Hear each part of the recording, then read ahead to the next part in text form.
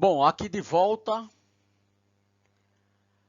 já fazendo o vídeo 4 e dando continuidade à tradução do vídeo 3.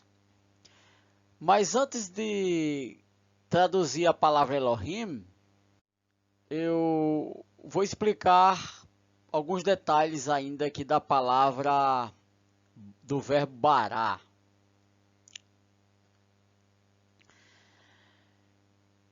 As pessoas que não aceitam a divindade de Jesus Cristo e do Espírito Santo, eu chamo de antitrinitarianos,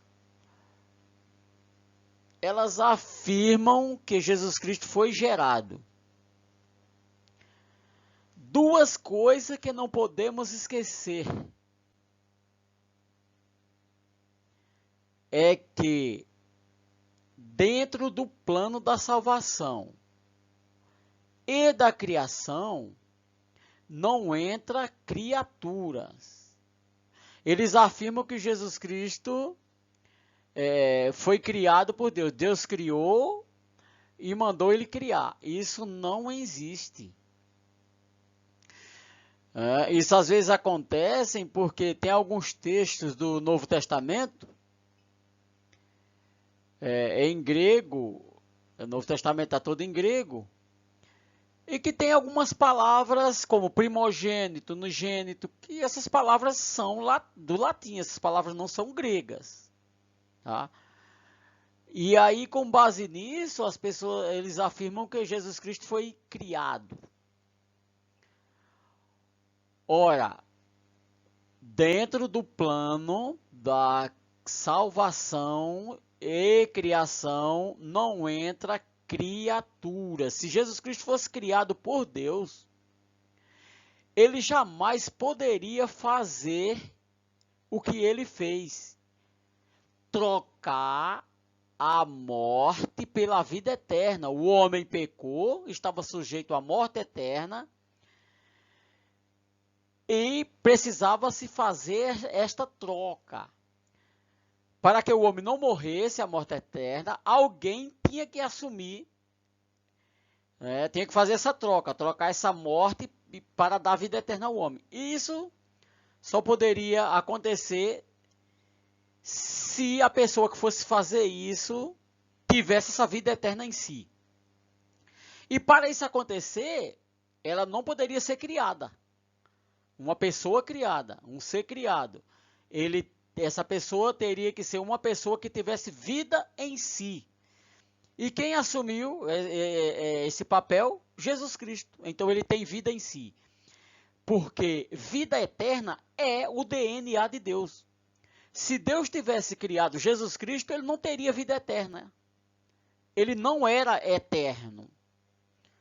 Certo? Ele não era eterno. E jamais ele poderia fazer essa troca. Você pode ver, observar direitinho, que não entra anjo no plano da salvação. Não entra criatura nenhuma. Satanás está há 6.000 anos aí na Terra. É mais poderoso do que nós. E não cria nada, porque é criatura. Criatura não cria. Ainda mais criar do nada, né? Então, descarta isso. Jesus Cristo não é criatura. Jesus Cristo é criador. Ele tem vida em si. Ele disse: eu sou o caminho. Guarde bem isso aí. Eu sou. Um dia eu vou fazer um vídeo com esta expressão do grego. Eu sou. Pegar um verbo hebraico de existência por si só e fazer a tradução dele para o grego, e vocês verão como é maravilhoso, é grandiosíssimo esta expressão, eu sou. Então ele disse: eu sou o caminho, a verdade e a vida. Ele não tem, ele é. Então nunca esqueça isso. No plano da salvação só entra Criador. O Espírito Santo tem vida em si, vida eterna. Jesus Cristo tem vida eterna. Jeová tem vida eterna. Ou Adonai, como você queira chamar, tem vida eterna. No plano da criação é a mesma coisa. Nós estamos diante do cenário da criação. Aqui os três se preparam para dar vida. Tá? Aqui ele precisa da vida física, ele precisa soprar o sopro da vida. O humano não tem sopro de vida. Ser criado não tem sopro de vida. Só tem quem é divino. Quem é aquele que diz, haja luz e houve luz? Só pode quem é divino. Criatura não faz isso. Por que Satanás não faz? Não está há 6.000 anos aí na Terra? Fazendo a bagunça dele aí, porque ele não cria. Porque ele é criado. Por isso que criaturas não criam nada. Nós criamos o quê? Nós não criamos nada. Tá? Então, não podemos esquecer isso. Certo?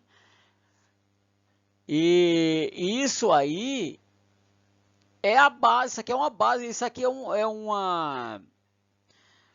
isso é uma coisa que não podemos esquecer, isso é um fundamento que não podemos esquecer. Tá? Então, não existe isso. E muitos confundem também porque dentro do plano da salvação aparece Jesus Cristo chamando Deus de Pai. Isto é no plano da redenção, da salvação. Jesus Cristo assume o papel, assume a forma humana e para passar a mensagem eterna para os humanos, nada melhor do que falar a linguagem divina, a linguagem humana. Na linguagem divina não poderia passar esse plano tão maravilhoso. Então essa relação de pai e filho é bem gostosa de se falar e melhor de se aceitar o plano da salvação. Certo? Aí, nesse plano, nesse projeto, assim, saindo disso aí, desse contexto, Jesus Cristo é Deus. Espírito Santo é Deus. Jeová é Deus. E pronto, gente. Não tem como. Né? E indo aqui para a palavra Elohim, era isso que eu queria explicar aqui do verbo barar. Se Jesus Cristo fosse criado, fosse uma criatura, fosse criado, Deus não poderia, ele não teria vida eterna, que Deus não poderia dar, porque vida eterna está no DNA de Deus. O sopro da vida, Deus não poderia dar, porque isso também é DNA de Deus. E o verbo bará também não estaria aqui, porque o verbo bará não se apresenta onde tem criatura. Só se apresenta onde tem Criador. Por isso que ele está aqui, bem apoiadozinho e bem destacado aqui, tá? Continuando aqui, nós temos como que ler esta palavra. Esta palavra, ela começa com Aleph, primeira letra do alfabeto hebraico, como eu já falei antes. Apresentei 3, né? Uma, 2, 3. Você já conhece muito bem. Ela aparece aqui porque tem uma origem, né? Essa palavra, ela se originou, a palavra Elohim, palavra Deus, né? Em português, Elohim, do hebraico, ela se originou com esta letra, né?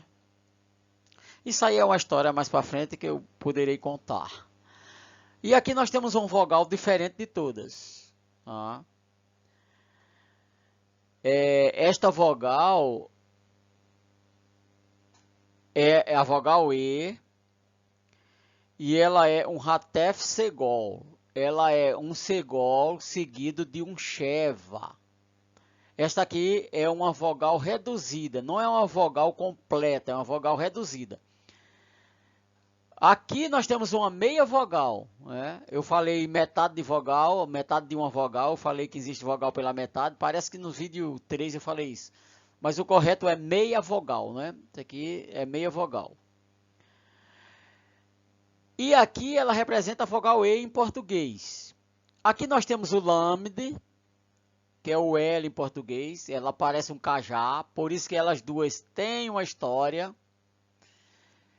E ela representa o L em português. Temos aqui a letra O, esse pontinho aqui. É um rolem. E traduzimos para português como O. Aqui nós temos o Re. A consoante Re é uma gutural, ela tem um som de R. Não tão raspado na garganta, mas é uma gutural. E aqui, como eu já mostrei, uma vogal, tá? Que é uma vogal. E aqui o mem, sulfite. Sulfite significa final, forma final. Este M aparece no final das palavras. E como que lê isso aqui? Lê assim, ó. A consoante Aleph é muda, nós lemos assim, ó. E, procura sempre falar assim, ó. E, L, O, Elo, H com som de R, I, Elohim, Elohim. E fechando os lábios aqui, para falar o mem, fala Elohim. Elohim. E Elohim significa unidade composta, porque ela vem para o português como Deus. Deus é unidade composta, segundo Deuteronômio 6,4. Vou traduzir também.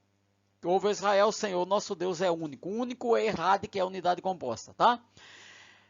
Isso aí eu vou traduzir não só ela, mas vou traduzir também quando Deus disse que o homem deve se unir à sua mulher, tornando-se dois uma só carne, também é errado. E lá é a unidade composta. Por que que em Gênesis é e em Deuteronômio não é, hein? Boa pergunta, não é? E aí no próximo vídeo eu vou explicar a questão do plural, do singular e dual. Tá?